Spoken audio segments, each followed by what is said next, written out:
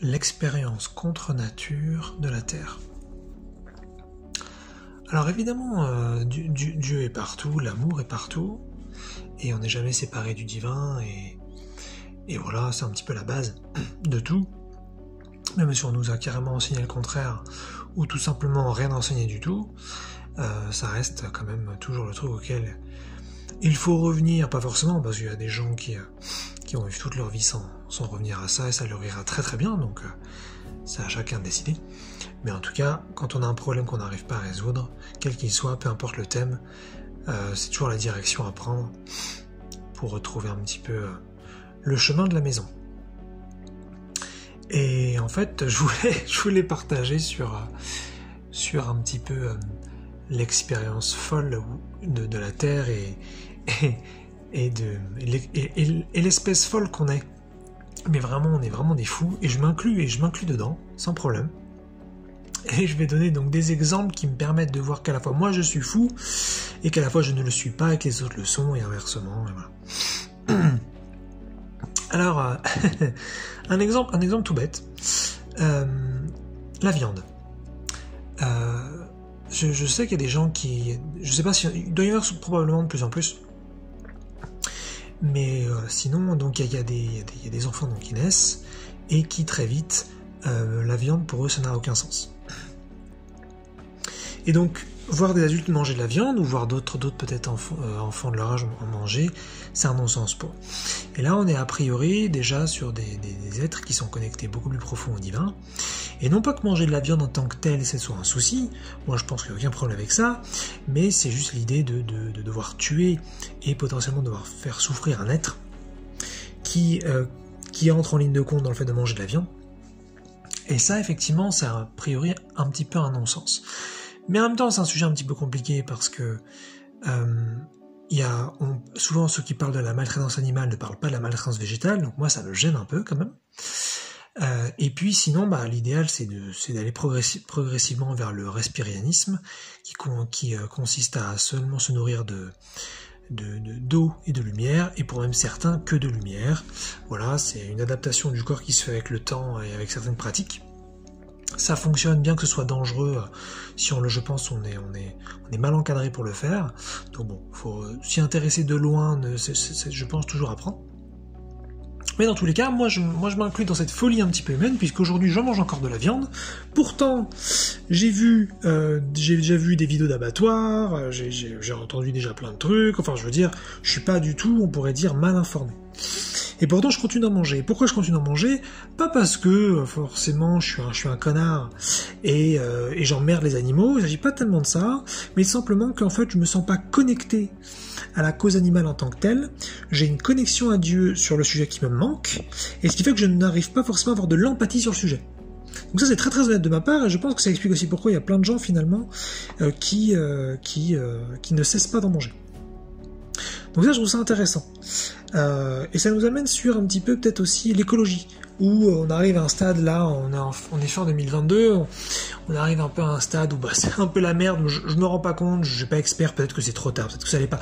Je pense qu'avec les capacités psychiques et avec un retour à la source, on peut tout modifier, mais comme c'est absolument pas de toute façon l'objectif de notre civilisation, et on préfère toujours l'extérieur que l'intérieur pour cette période-ci de l'histoire de la Terre, eh bien, donc ça se fera pas, et je pense, j'ai pas d'idée, est-ce qu'avec les technologies externes on va y arriver ou pas, ou avec les efforts, entre guillemets, des individus, quelque chose va changer. Je sais pas. En plus, moi, je suis assez biaisé sur le sujet parce que j'ai quand même un pied dans la mort, donc je suis quand même très très à l'aise avec l'idée de mourir. Donc si on me dit demain que la planète elle explose, pour caricaturer bien sûr, franchement, j'en ai rien à faire. Donc personnellement, c'est sûr que ça m'encourage pas tellement à pratiquer, faire quelque chose d'écologique. Pour autant, je fais pas des choses, je dirais, non écologiques. Voilà, je pense que je dois en faire comme tout le monde.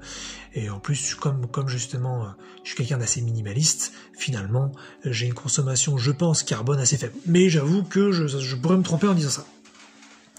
Mais c'est aussi intéressant, comme un petit peu en comparaison avec la viande, d'ailleurs il y a un lien d'écologie avec la viande, mais là c'était pas pour parler de ça, c'est que concernant l'écologie, on se rend compte qu'il y a quand même pas mal de gens qui s'en foutent, alors qu'ils sont informés. Et ça, c'est très très très intéressant. C'est que vraiment, on pense que pour persuader les gens, pour changer les gens, il suffit d'argumenter. C'est un petit peu la base de notre société, et c'est un petit peu d'ailleurs la base de notre politique. Il suffit d'argumenter, il suffit d'expliquer des choses pour que les choses changent. Et pas du tout. On peut avoir les meilleurs arguments du monde, de très bonnes vidéos, de très bonnes explications, des recherches scientifiques, des statistiques. S'il n'y a pas une connexion au divin derrière actualisée, conscientisée, ressentie pleinement, on pissera dans un violon, ce sera de la flotte. Donc, ce qui compte, c'est vraiment de ressentir la chose. Et quand on est effectivement, a priori, connecté vraiment au divin, et qu'on commence vraiment à ressentir qu'on est tous liés, qu'on est lié aux autres humains, qu'on est lié à la terre, qu'on est lié aux animaux, naturellement, sans effort, sans se priver, on va, dans le premier exemple, naturellement réduire, et je pense, peut-être que je me trompe, mais je pense faire disparaître notre consommation de viande, et dans le cadre de l'écologie, on va naturellement être en lien avec la Terre, et donc on n'aura pas du tout envie de l'abîmer. Enfin, on l'abîme pas, parce qu'elle s'en fout, elle change, et puis elle va muter, et puis c'est plutôt nous, mais je veux dire que on n'aura pas envie de mal se comporter, entre guillemets, sur la planète vis-à-vis de la Terre. Et ça, ce qui est génial, en fin de compte, avec cette forme de spiritualité-là, cette reconnexion progressive, lente ou rapide, d'avec le divin, la source, l'univers, la vie, la terre, comme on a envie de l'appeler, c'est que finalement c'est sans effort. C'est ça qui est génial. Et moi, c'est ça qui m'insupporte aussi dans les argumentaires politiques, donc que ce soit sur la viande ou sur l'écologie, dans ces deux premiers exemples, j'en ai un autre qui arrive après, c'est que c'est toujours punitif, c'est toujours, c'est pas bien, arrêtez. Et ça marche pas parce qu'on a des choses en interne qui sont pas encore ressenties, qui sont pas encore traversées, qui sont pas encore vues, et on a besoin de ça. Et on a besoin vraiment de le faire. Et donc, je me répète, lorsqu'on commence vraiment à se connecter au divin, lorsqu'on commence à faire cesser la distance entre soi et soi, naturellement, notre comportement change, et ce, sans effort. Et c'est pour moi le plus important. Déjà, c'est ce qui va être le plus fonctionnel, le plus puissant, et ça va être agréable et fluide. Et donc, on sent pas qu'on doit faire des sacrifices. Mais bon, le souci, c'est comme on a un rapport au péché originel pour les religieux et à l'indignité de base et au besoin de mériter pour les athées, ce qui fait que le sans effort, ça nous parle pas des masses. Mais donc voilà, ça fait que déjà, ça nous fait deux exemples complètement fous, où les humains finalement n'en ont un petit peu rien à faire, et même si peut-être ils font des petites choses de leur côté, finalement ça les touche pas tant que ça, ils préfèrent s'occuper de leur vie, ce que je comprends bien sûr tout à fait. Donc pour la viande, moi, donc j'ai dit que je continue à manger. Pour l'écologie, j'ai un pied dans la mort, donc je suis un peu biaisé, mais quand bien même, donc je me sens pas tellement touché par la cause climatique aujourd'hui, je suis honnête. Pour autant, je ne la nie pas quand je dis ça. Et je vais donner un troisième exemple dans lequel je fais partie des fous, et après je donnerai des exemples donc dans lesquels je considère que je n'en fais pas partie. Le troisième exemple dans lequel je considère que je fais partie des fous, c'est les vêtements. Je considère que les vêtements, c'est utile d'un point de vue météorologique. Si on a froid, se couvrir, c'est très pertinent. Ou alors se protéger de l'environnement, je ne sais pas s'il était agressif, si par exemple on traverse quelque chose d'épineux, avoir un vêtement qui nous couvre la peau, ça peut être pertinent, voilà. Donc utiliser des vêtements pour des raisons de température ou environnementales, ça fait sens. Mais maintenant, il faut toujours se rappeler que au-delà de ça, c'est un total contresens de porter des vêtements, c'est contre nature, c'est profondément malsain, et j'y participe en faisant cette vidéo audio, puisque c'est déclarer que notre corps est honteux, qu'il faut le cacher, que notre sexe, plus qu'en général, c'est ce qu'il faut cacher évidemment, et puis au-delà de ça, nos caractères sexuels secondaires, il faut les cacher, voilà, c'est honteux, c'est mal. Donc, une pensée très très présente en religion comme dans l'athéisme, tout ça c'est très très mal, il faut donc mettre les plus beaux vêtements qui soient, donc c'est comme si on retournait complètement le truc. Nous avons un corps qui est profondément laid et profondément malsain et profondément toxique, mais nous allons le recouvrir de quelque chose qui est magnifique, et nous allons nous prostituer, nous travestir de cette façon les uns avec les autres. Donc c'est une folie pure qui n'est quasiment jamais remise en question. Je ne connais pas finalement l'état d'esprit des naturistes, des nudistes, je ne sais pas Est-ce qu'il pense là-dessus, est-ce qu'il serait en accord avec ce que je viens de dire ou pas, je n'en sais rien du tout. Et je n'encourage pas forcément d'ailleurs à ça, comme je n'encourage pas d'arrêter de manger de la viande, il faut que ça vienne de l'intérieur, il faut que ça vienne d'une évidence, il faut que ça vienne, selon moi, d'un sans effort. Moi aujourd'hui, c'est clair que si je me mettais à être nu devant d'autres personnes, je serais honteux. Voilà, je le dis, je le reconnais, mais je sais que c'est profondément contre nature, c'est une folie de notre espèce de cette époque. Donc voilà, trois trucs un peu fous auxquels je participe. Et maintenant donc d'autres exemples que je trouve profondément de folie, que bien sûr, dont j'ai déjà parlé pas mal de fois, et qui sont donc auxquels là je ne participe pas, en tout cas j'essaye de ne pas y participer. Ce sont donc les exemples classiques du travail,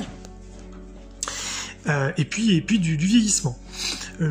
Concernant le travail, je trouve, selon moi, on a une folie pure dans notre monde, c'est qu'on nous dit depuis toujours qu'il faut mériter notre vie, que sinon nous ne la méritons pas, donc c'est un message terrible, dès la naissance, tu ne mérites pas d'être là, mais en revanche, si tu contribues et si tu fais des efforts et si tu souffres, tu mériteras d'être là. Donc il y a un conflit dingue avec la Terre, avec la vie, déjà de base.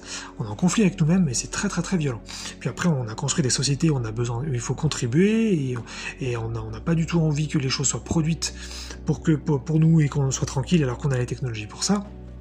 On tient vraiment encore à ce besoin de mérite et à ce besoin d'effort. Ensuite, on est fier d'avoir réussi. C'est très très important de voir ça.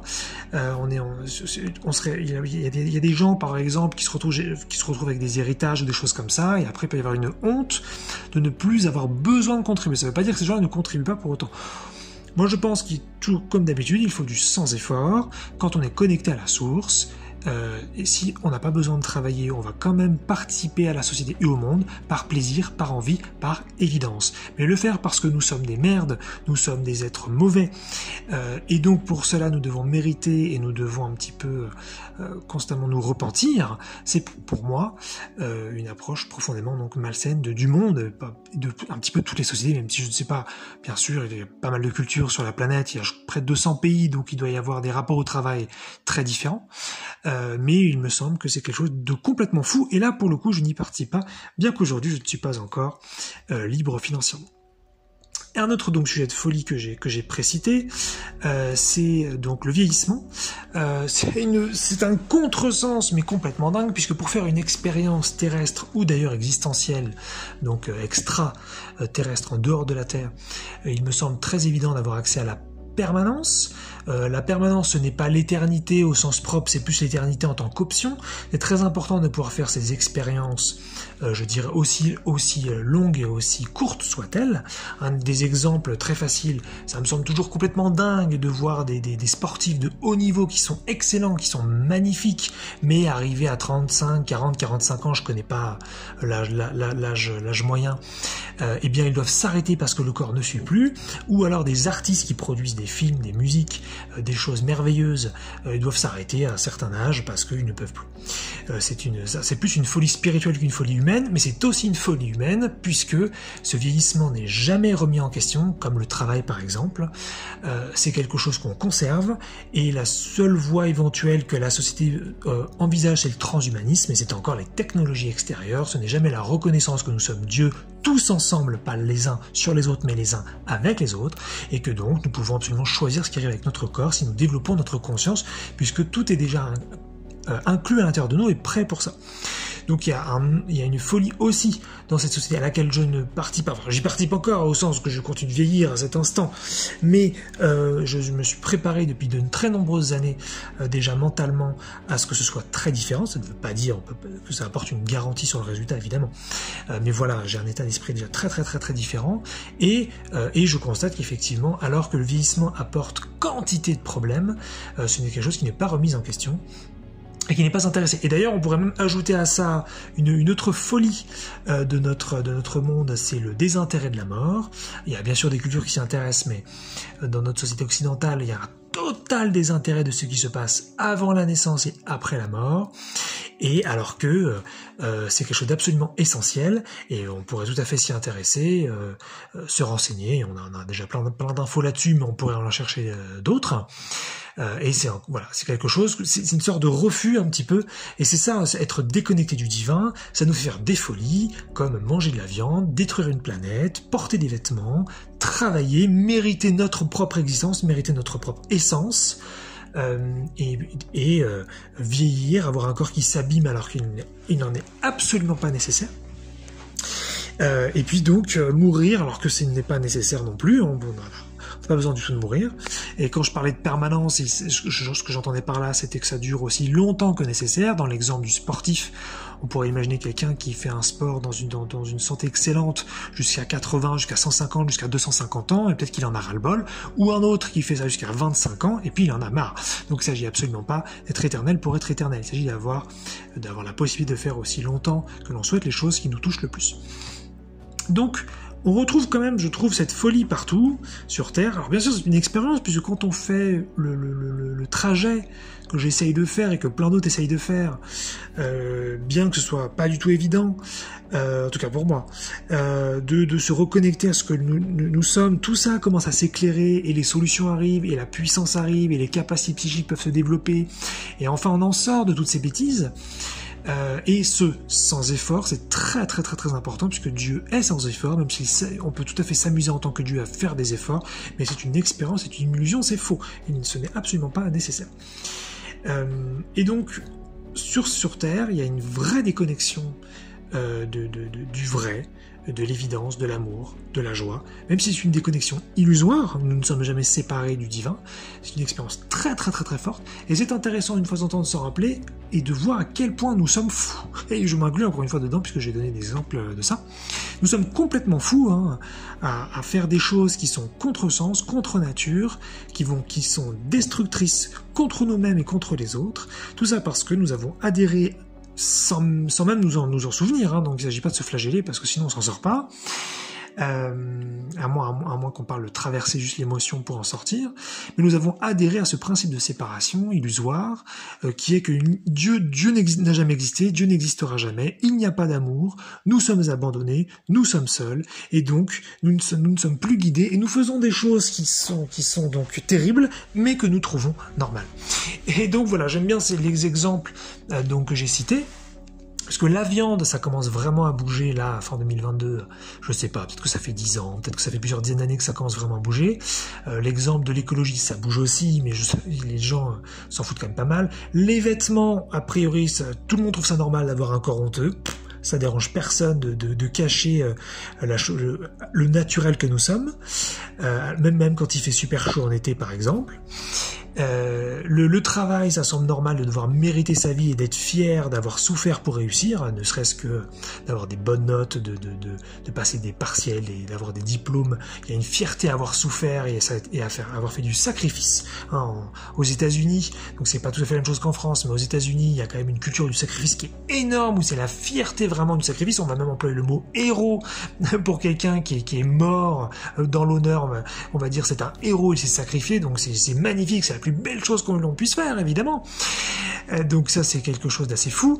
Et puis donc le vieillissement qui n'est jamais remis en question, où on va constamment mentir partout pour dire que c'est obligatoire et qu'on ne peut pas faire autrement, sans jamais vraiment s'intéresser à faire autrement et à commencer à aller en interne et à apprendre à contrôler notre corps avec respect, avec bienveillance, et ce, encore une fois, sans effort. Donc je vais citer ces exemples-là qui sont assez faciles. Il y en a bien sûr d'autres, mais c'est pour parler du fait que c'est ça qui est très dur aussi, je trouve, sur Terre, c'est qu'il y a cette folie absolument partout, et que c'est beaucoup trop complexe de la défaire et de s'en sortir. C'est pour ça qu'on fait appel finalement à Dieu, c'est-à-dire à ce que nous sommes. C'est pas quelque chose qui est à l'extérieur, mais quelque chose de beaucoup plus intelligent que nous devenons petit à petit, que nous prenons en conscience et en puissance, qui va s'occuper de défaire de des choses extrêmement complexes et nous donner des envies progressives et sans effort pour nous transformer et transformer le monde.